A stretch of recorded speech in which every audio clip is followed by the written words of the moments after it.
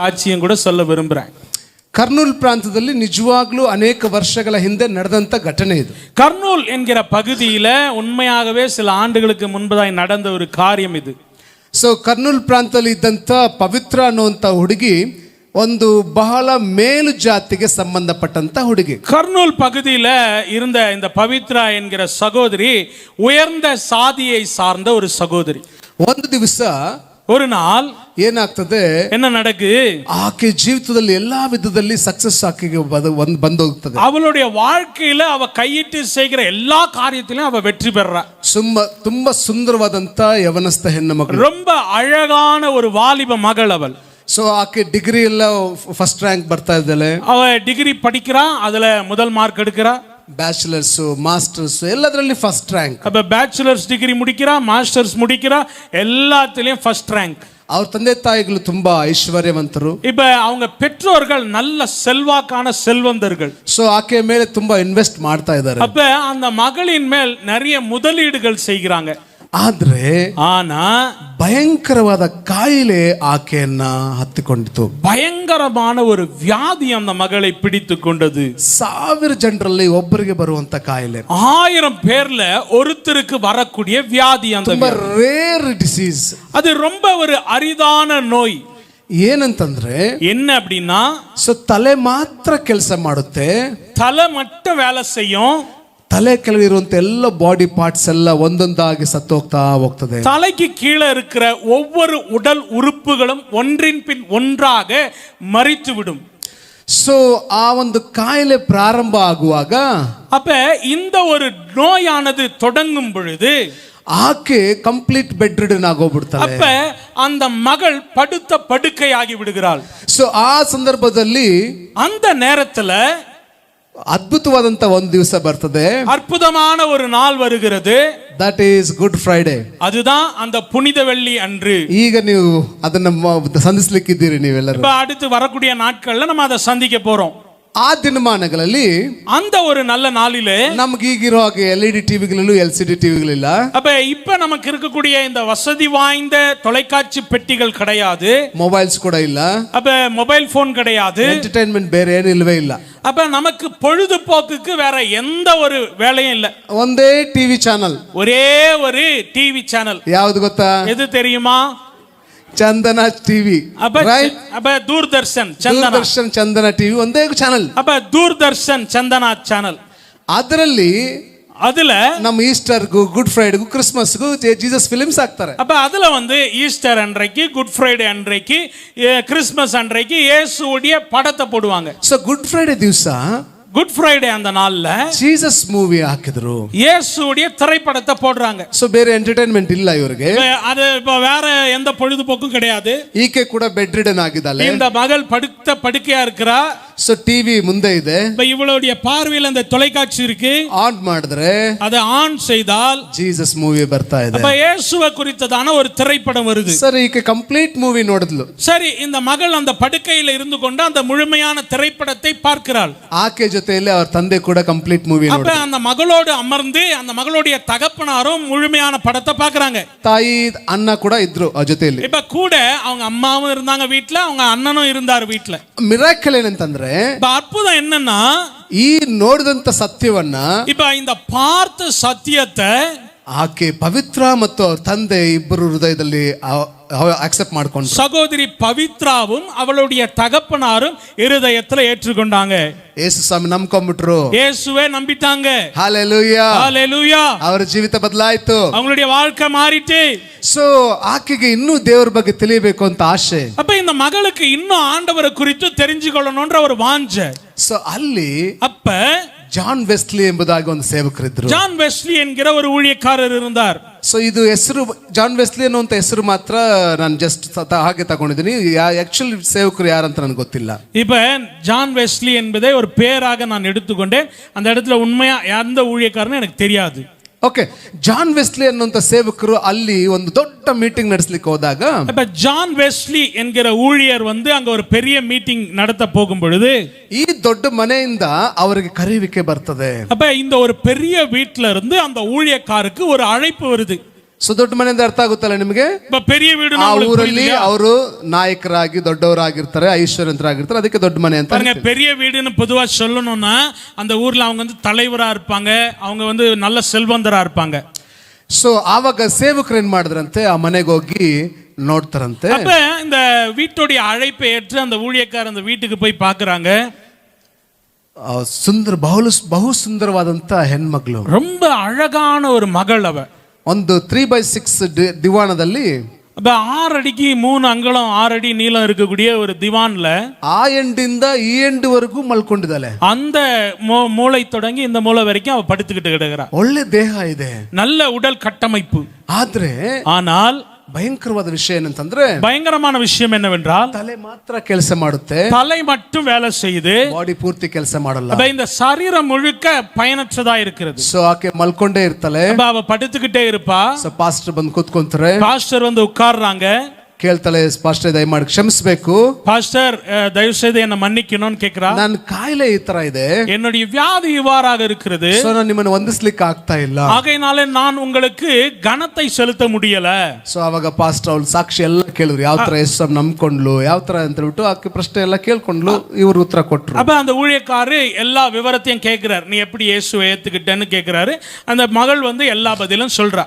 So prayer ಮಾಡಿ ನೀವು ಹೊರಡ್ಬೇಕಾದ್ರೆ, சரி, கடைசியா ஜெபித்து விட்டு அவர் புறப்படும் பொழுது ಆಕೆ ಹೇಳ್ತಾಳೆ, அவ சொல்றா, ಪಾಸ್ಟರ್ ಬೈಬಲ್ ಓದಬೇಕಾದ್ರೆ ನನಗೆ ಕೆಲವು ಪ್ರಶ್ನೆಗಳು ಬರ್ತಾ ಇದೆ, ನಾನು ನಿಮಗೆ ಉತ್ತರ ಬರೀತೇನೆ, ದಯಮಾಡಿ ಅದಕ್ಕೆ ನನಗೆ ನೀವು ರಿಪ್ಲೈ ಮಾಡಿ ಅಂತ. அப்ப பாஸ்டர் பைபிளை வாசிக்கும் பொழுது எனக்கு அநேக கேள்விகள் தோன்றுகிறது, நான் அதை கடிதம் மூலமா உங்களிடத்துல கேட்கிறேன், நீங்க அதுக்கு எனக்கு பதில் கடிதம் எழுதுங்கன்னு சொல்றா.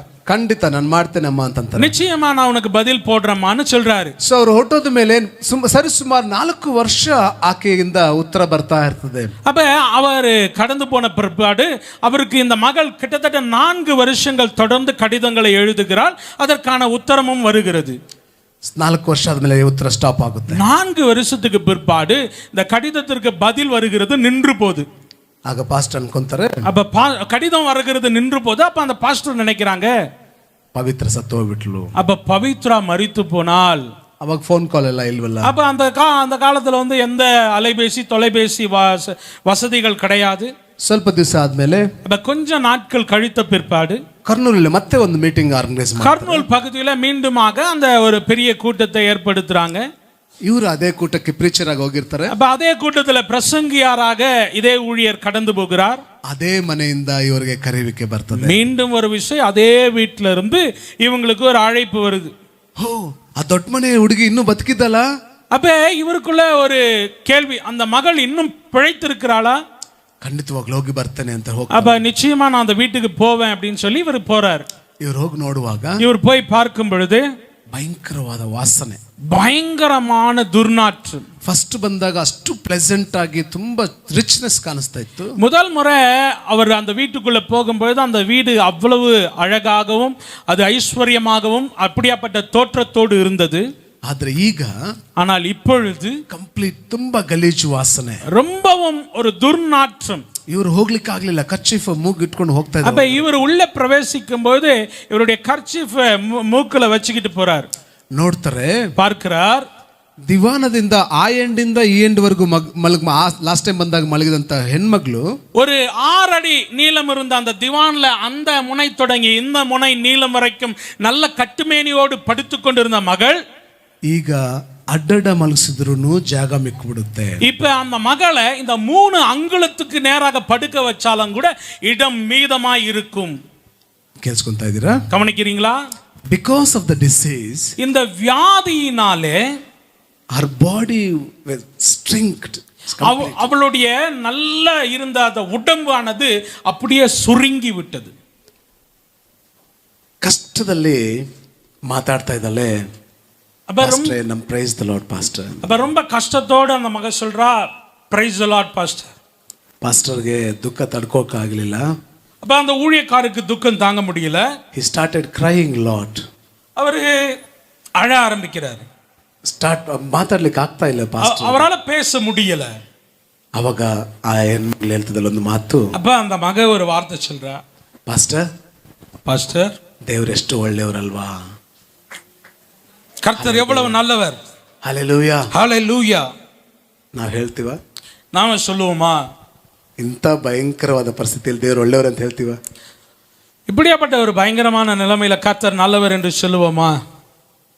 ದೇವರೇ ನೀನು ನಂಬ್ಕೊಂಡಿದ್ದೀನಿ, ನನಗೆ ಸ್ವಸ್ಥಪಡಿಸಬಾರ್ದಾ, ನಾನು ಬಿಡುಗಡೆ ಕೊಡಬಾರ್ದಾ, ನಿನ್ನ ಕಣ್ಣಿಲ್ವಾ, ನೀನು ನಂಬ್ಕೊಂಡು ಏನು ಪ್ರಯೋಜನ ಆಯಿತು, ಈ ಥರ ಕಂಪ್ಲೇಂಟ್ಸ್ ಹೇಳಲಿಕ್ಕೆ ಸ್ಟಾರ್ಟ್ ಮಾಡ್ತೀವಿ ಹೊರತು ನಾವು ಯಾವತ್ತೂ ದೇವರು ಒಳ್ಳೆಯವರು ಎಂಬ. ஆண்டவரே என்னை விடுதலை ஆக்கக்கூடாதா, நான் உங்களை எப்படியெல்லாம் ஆராதிச்சேன், என்னெல்லாம் செஞ்சேன் அப்படின்னு நம்ம குற்றங்களை அடுக்கி கொண்டு போகிறோமே தவிர கர்த்தர் நல்லவர் என்று சொல்லுகிறது அரிதாக இருக்கிறது. ಯಾವಾಗ ಲಾಟ್ರಿ ಹೊಡಿತದೋ ಆವಾಗ ದೇವರು ಒಳ್ಳೆಯವರು. எப்போ லாட்ரி நமக்கு கிடைக்குதோ அப்பதான் கர்த்தர் நல்லவர்.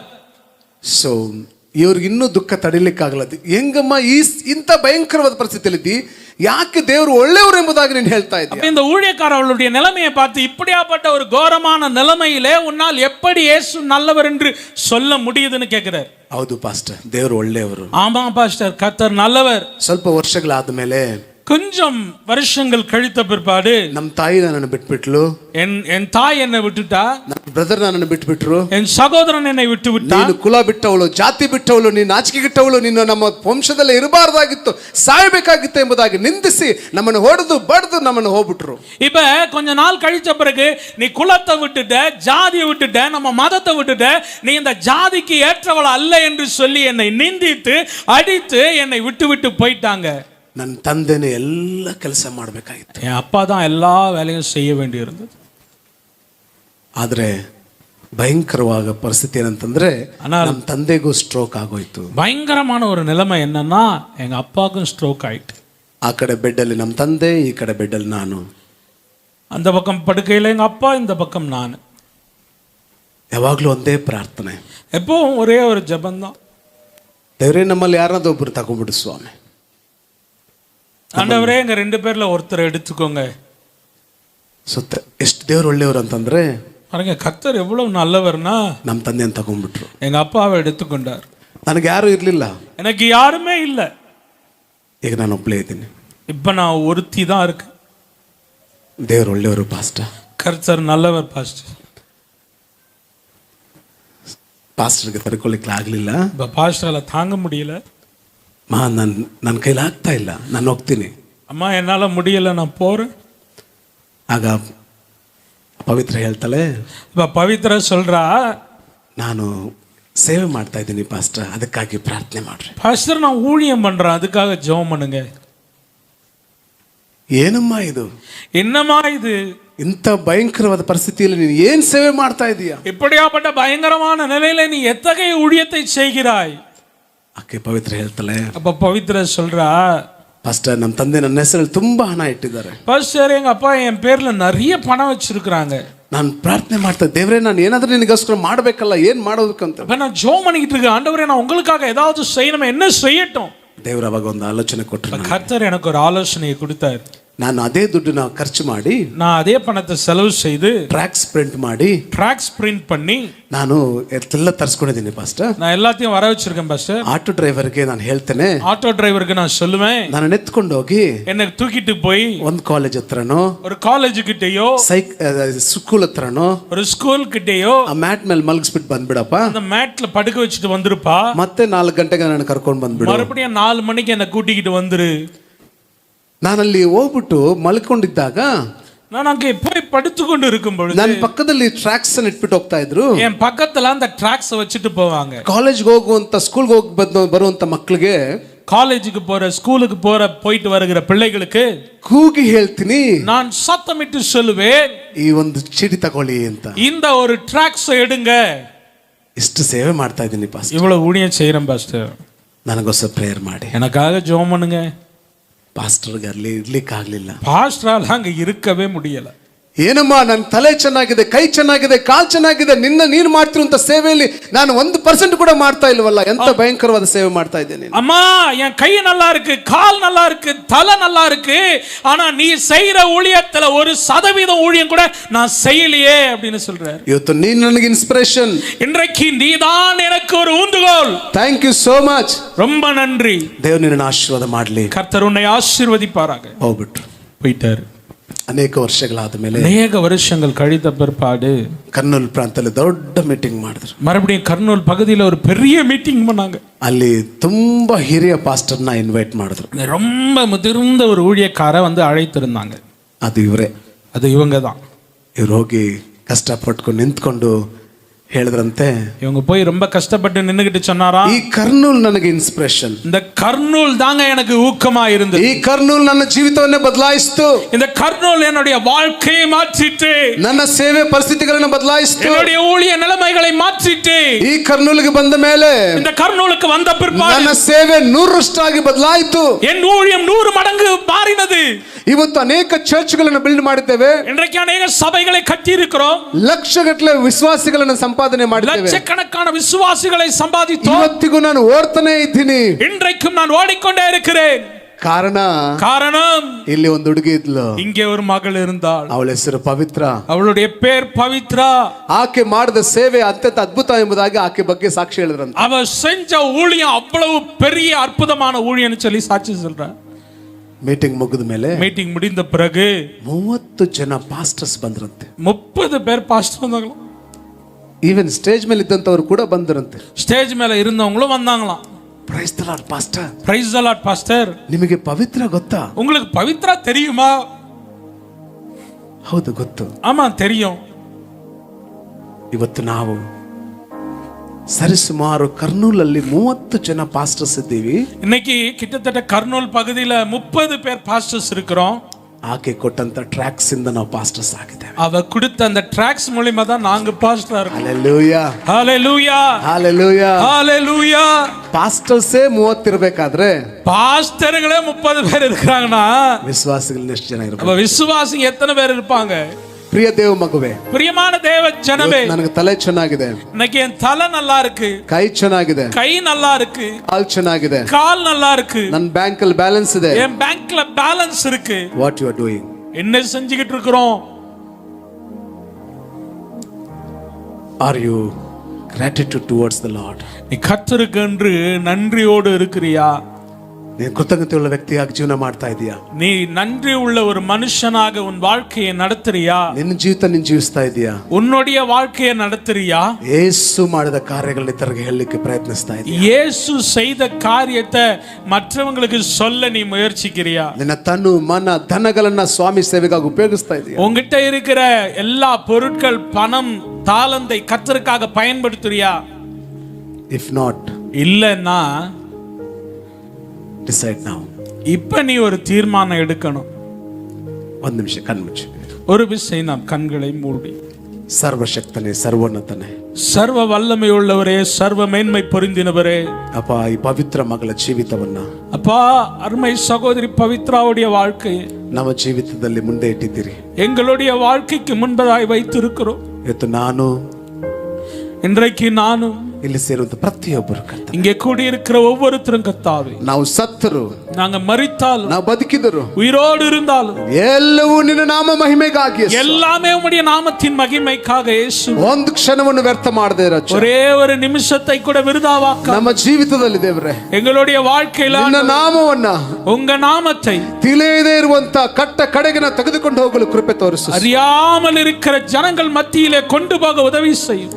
ಅದಕ್ಕಾಗಿ ನನ್ನನ್ನು ಉಪಯೋಗಿಸು, அதற்காக என்னை பயன்படுத்து. ನನ್ನ ಹಣವನ್ನು ಉಪಯೋಗಿಸು, ஆண்டவரே என் பணத்தை பயன்படுத்து, ನನ್ನ ತಲಾಂತಗಳನ್ನು ಉಪಯೋಗಿಸು, என் தாளந்தை பயன்படுத்து, ನನ್ನ ಜ್ಞಾನವನ್ನು ಉಪಯೋಗಿಸು. என் ஞானத்தை பயன்படுத்து. ಹಾಗೆ ಆಗೋದಕ್ಕಾಗಿ ಸ್ತೋತ್ರ. அப்படியே ஆவதற்காக ஸ்தோத்திரம். ದೇವರೇ ಈ ಸಭೆಯನ್ನು ಆಶೀರ್ವಾದ. ஆண்டவரே இந்த சபையை ஆசீர்வதியும். ಯೇಸು ನಾಮ ತಂದೆ, இயேசுவின் மூலம் வேண்டிக் கொள்கிறேன் பிதா. Amen. Amen. Hallelujah. Hallelujah. Thank you so much pastor.